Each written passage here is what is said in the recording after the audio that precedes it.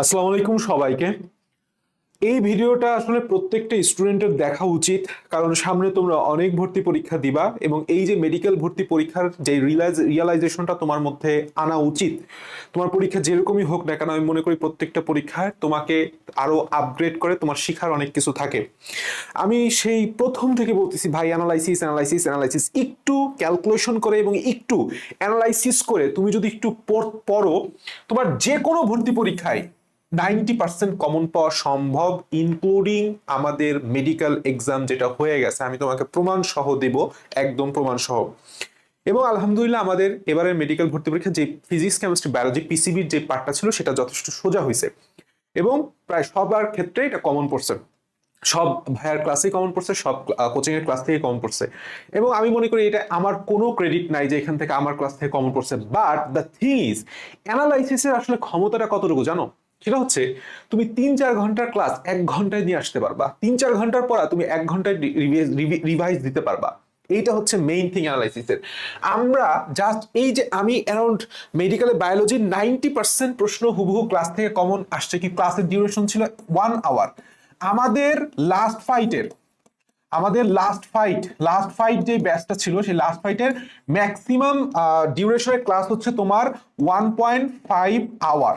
এবং আমাদের যে উদ্ভিদ সাহিত্য মেবি ক্লাসটা ছিল, উদ্ভিদ সাহিত্য থেকে যেই কটা কোশ্চেন আসছে সব কমন আসছে।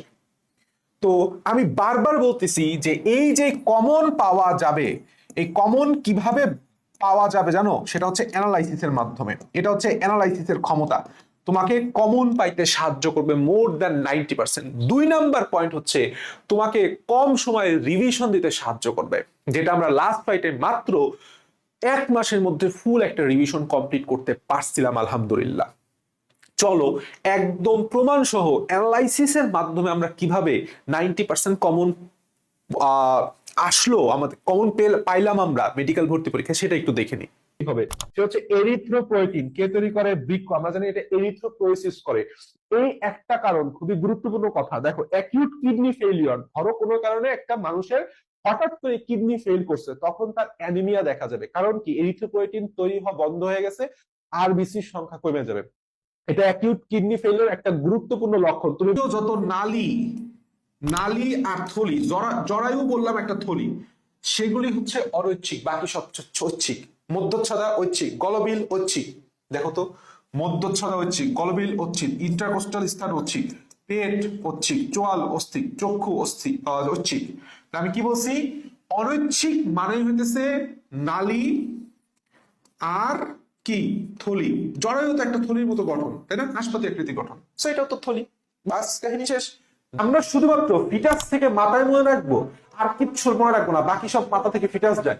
যেরকম কার্বন ডাই অক্সাইড, ইউরিয়ার অন্যান্য বর্জ্য পদার্থ, বাকি যা আছে সব মাথা থেকে ফিটাসে যায়। তোমাকে যদি বলা হয় কোন একটা ভাইরাস, রুবেলা ভাইরাস, এটা মাথা থেকে ফিটাসে যাবে না ফিটাস থেকে মাথা? 100% মাথা থেকে ফিটাসে যাবে। একটা কথা আছে কুসুমথলি বা ইয়ক স্যাক, তো এইটা কুসুমথলি হচ্ছে স্টেম কোষের উৎস হিসেবে কাজ করে। বাস, এখন একটা কথা আমাদের লাগবে, দ্যাটস দ্য থিং।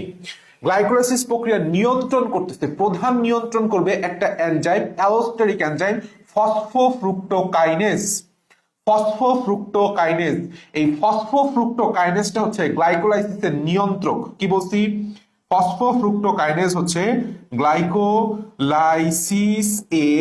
গ্লাইকোলাইসিসের কি নিয়ন্ত্রক। ত্বকের নিচে কয়েক সারি কোষ থাকে, এরকম এরকম কয়েক সারি কোষ থাকে, তখন এইটাকে বলা হয় অধোত্বক। আর ওই যে এইটা ধরো পেরিসাইকেল স্তর, এটা কি পেরিসাইকেল স্তর? পেরিসাইকেল স্তরে যখন উপরে যখন আরেকটা স্তর থাকে, তখন সেটাকে বলা হয় অন্তত্বক। বুঝছো? ভালো করছো, না বুঝলেও সমস্যা নেই। প্রশ্ন হইতেছে অধোত্বক কোথায় থাকে, কোথায় থাকে না? অধোত্বক মনে রাখবা কান্ধে থাকে, কান্ধে। কি বলছি? অধ কোথায় থাকে? কান্ধে থাকে। কান্ধে মানে হইতেছে কাণ্ডে থাকে, কাণ্ডে থাকে। যেটা কাণ্ডে থাকে সেটা কি থাকবে না? মূলে থাকে না, মূলে থাকে না। খুবই ইজি।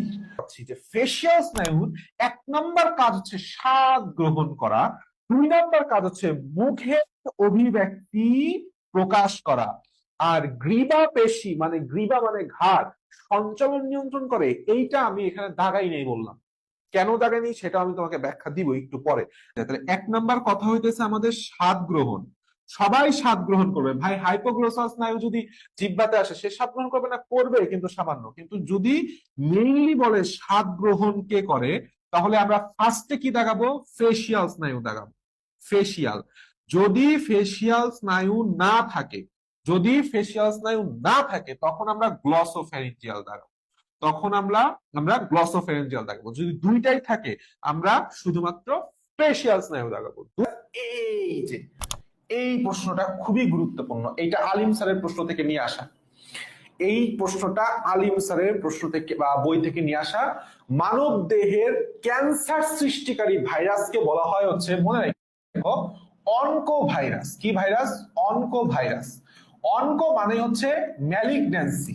অনকো মানে কি? ম্যালিগন্যান্সি, যেটাকে সহজ ভাষায় বললে আমরা বলি ক্যান্সার, ইংলিশে মেডিকেলে ম্যালিগন্যান্সি বলা হয় মেডিকেল টার্মটা। তাহলে ক্যান্সার সৃষ্টিকারী ভাইরাসকে আমরা কি বলতেছি? Onco virus. এখন অনকো ভাইরাস ডিএনএও হইতে পারে, আরএনএও হইতে পারে। যদি সেটা ডিএনএ ভাইরাস হয় তখন সেটাকে আমি বলবো সিমিয়ান ভাইরাস, বা অনেকে সাইমিয়ান ভাইরাসও বলে। খুবই গুরুত্বপূর্ণ। ডিএনএ মানব দেহে ক্যান্সার সৃষ্টিকারী ডিএনএ ভাইরাসকে বলা হয় সাইমিয়ান ভাইরাস, আর মানব দেহে ক্যান্সার সৃষ্টিকারী আরএনএ ভাইরাসকে বলা হয় রেট্রো ভাইরাস। এখন আলফা, আমরা এটা সবাই ছোট্টবেলা থেকে মুখস্থ করে আসছি, গ্লুকা। তাহলে গ্লুকা, মানে বাড়া, তাহলে কি হবে? গ্লুকোজের পরিমাণ বাড়াবে, রক্তে গ্লুকোজের পরিমাণ বাড়াবে। বৃহদন্ত্রের লাস্টের লাইনটা লাগবে। বৃহদন্ত্রে অবস্থিত ব্যাকটেরিয়া ভিটামিন কে এবং B12 এর ফলিক অ্যাসিড উৎপন্ন করে। শুক্রাশয়কে কি বলা হয়? বহিঃউদরীয় অঙ্গ, নট অন্তর্গতীয় অঙ্গ। উদর থেকে বাইরে আসছে, এই জন্য নাম হয়ে গেছে শুক্রাশয়কে বহিঃউদরীয় অঙ্গ বলা হয়। কারণ এটা স্বাভাবিক দেহ। আরেকটা গুরুত্বপূর্ণ important, very very very much important তথ্য, শুক্রাশয়ের তাপমাত্রা 2°C কম তাপমাত্রায় শুক্রাণু সৃষ্টি হয়। অর্থাৎ শুক্রাশয়ের তাপমাত্রা স্বাভাবিক দেহের তাপমাত্রা কত হবে? 2°C কম হবে। মাপার মেশিন স্ফিগমো ম্যানোমিটার, খেয়াল করো কি বলছে, স্ফিগমো ম্যানোমিটার। তো তোমাকে বুঝতে হবে মাঝখানে একটা ম্যানো আছে, বাকি সব জায়গায় হইতেছে মো। তোমাকে এইটাই বললাম, অপশন চেঞ্জ করে দিবে, স্পিগনো ম্যানোমিটার, স্পিগমো ম্যানোমিটার, ঠিক আছে, বহুত কিছু করে দিবে। খুবই সুন্দর করে এটা পড়বা। কর্ডাটা হচ্ছে দ্বিপার্শ্বীয় ক্লিভেজ। শুধুমাত্র তাই না, কর্ডাটা মানে হচ্ছে দ্বিপার্শ্বীয়, দুইটা পাশ। তুমি যদি আমার মাঝখান দিয়ে একটা করাত চালায় দাও, তাহলে আমার বাম পাশ এবং ডান পাশ একদম প্রতিসমভাবে ভাগ হয়ে যাবে। তাহলে এই যে কর্ডাটা, এদের প্রতিসাম্যতা বললাম দ্বিপার্শ্বীয় প্রতিসাম্যতা। কমন সেন্স এর মুখস্থ করা। এইখান থেকে কি কি মুখস্থ করতে হবে তুমি আমাকে জাস্ট বলবা, সেটা হচ্ছে হাইড্রা, এটা আমরা সবাই জানি।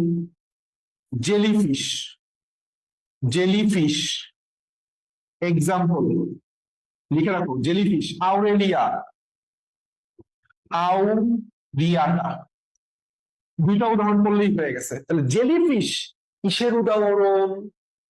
নিডারিয়া পর্বের উদাহরণ। তাহলে অক্টোপাস কিসের উদাহরণ?